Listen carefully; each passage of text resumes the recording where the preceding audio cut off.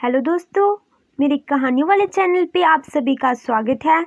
तो दोस्तों, अगर आप मेरे चैनल पे नए हो और अभी तक आपने मेरे चैनल को सब्सक्राइब नहीं किया है तो प्लीज़ सब्सक्राइब कर लीजिए। तो अब हम आज की कहानी पढ़ना शुरू करते हैं। पत्नी ने की जब घर छोड़ने की बात तो पति ने कैसे सिखाया पत्नी को सबक। सोनिया मुंह फुलाकर गुस्से से अपने कमरे में बैठी हुई थी। जैसे ही सौरभ खाना खाकर कमरे में आया, सोनिया बोली, बस अब मैं इस घर में नहीं रहूंगी। सौरभ ने कहा, क्या हुआ, ऐसा क्यों कह रही हो? मैं रोज की किचकिच से तंग आ चुकी हूँ। आखिर सब समझते क्या हैं अपने आप को? सोनिया, पहेलियां मत बुझाओ और साफ साफ कहो कि बात क्या है। मुझे कुछ नहीं कहना है, बस तुम मम्मी पापा और भैया से अलग होने की बात करो।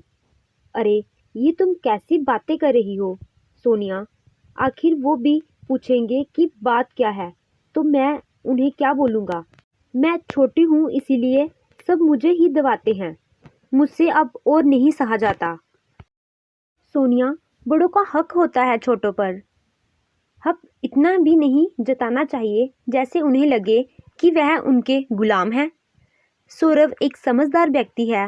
वह बहुत अच्छे से सोनिया को समझाने की कोशिश कर रहा था। देखो सोनिया, यहाँ इतने सारे लोग एक साथ रहते हैं, वहाँ छोटी छोटी बातें तो होती रहती हैं। उन बातों को दिमाग में मत रखा करो। इन बातों के लिए अलग हो जाना कोई अच्छी बात नहीं है। क्या छोटी बात, रोज सुबह मैं जल्दी उठती हूँ। आज 1 घंटा लेट क्या उठी? माँ जी मुझे देखकर घड़ी की ओर देखने लगी। यह बात मुझे अच्छी नहीं लगी। तो क्या माँ ने कुछ कहा तुमसे? कहा तो कुछ नहीं, और कल सब्जी कुछ ज़्यादा बन गई, उसमें भी 2 बातें सुना दी। तो क्या तुम्हारी माँ तुम्हें कुछ नहीं कहती थी? कहती तो थी, पर उनका कहने का ढंग कुछ अलग होता।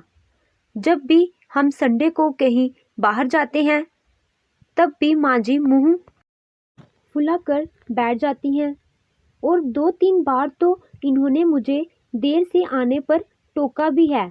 जब भी मैं कहीं बाहर जाती हूँ तो भाभी और माँ जी मेरी खूब बुराई करती हैं, पर जब भैया और भाभी घूमने जाते हैं तो माँ जी उन्हें कुछ नहीं कहती। सोनिया, वह महीने में 1-2 बार ही जाते हैं, और मम्मी पापा पुरानी खैलात के हैं। यरा, तुम भी तो समझो। मुझे कुछ नहीं पता। आज तुम मुझे सिर्फ ये बता दो कि तुम अलग होगे या नहीं। ये इतना आसान नहीं है सोनिया। तुम्हारे पास सिर्फ 2 दिन का समय है। या तो तुम घर पर अलग होने की बात करो, नहीं तो मैं 2 दिन के बाद बच्चों को लेके मायके चली जाऊंगी। फैसला तुम्हारे हाथ में है। ये कहकर सोनिया लाइट बंद करके सो गई। सौरभ सोचने लगा कि अब क्या किया जाए। सुबह जब सौरभ ऑफिस जाने लगा तो सोनिया उसे कल की बात याद दिलाती है। सौरभ ने कहा, ठीक है, मैं तुम्हें शाम को बताता हूँ। ये कहकर वह ऑफिस चला जाता है। शाम को जब सौरभ ऑफिस से घर आया तो सोनिया कमरे में बैठकर रो रही थी। सौरभ ने पास आकर पूछा, क्या हुआ सोनिया, तुम रो क्यों रही हो? सोनिया रोते हुए कहती है, मम्मी पापा का फ़ोन आया था। वह बता रहे थे कि मेरा भाई नवीन घर से अलग होने के लिए कह रहा है। सौरभ ने कहा, पर उसे क्या परेशानी है? परेशानी उसे नहीं, उसकी पत्नी बीना को है। मम्मी पापा ने उसे बहुत समझाया, पर वह कहता, परेशानी मुझे नहीं, बीना को है। देखो सोनिया, अब तुम्हारे और मेरे सोचने से कुछ नहीं होगा। आखिर हम भी यही फैसला लेने वाले हैं। इसके बाद सोनिया ने एक शब्द नहीं कहा। वह समझ चुकी थी कि वह कितनी बड़ी गलती करने जा रही थी। अगले दिन जब सौरभ ऑफिस से आया तो सोनिया खुशी से भागती हुई आई और सौरभ के गले लग गई। आज मैं बहुत खुश हूँ, मेरा भाई मान गया है। मम्मी पापा का फ़ोन आया था। वह बहुत खुश हैं और बता रहे थे कि आपकी बात मेरे भाई ने मान ली है। अब वह कभी अलग नहीं होगा। ये बहुत खुशी की बात है। अच्छा, आपने उसे कैसे समझाया? सौरभ हंसते हुए कहता है, जैसे तुम्हें समझाया। अच्छा सोनिया, मैं अपना फ़ोन कार में भूल आया हूँ, अभी लेकर आता हूँ।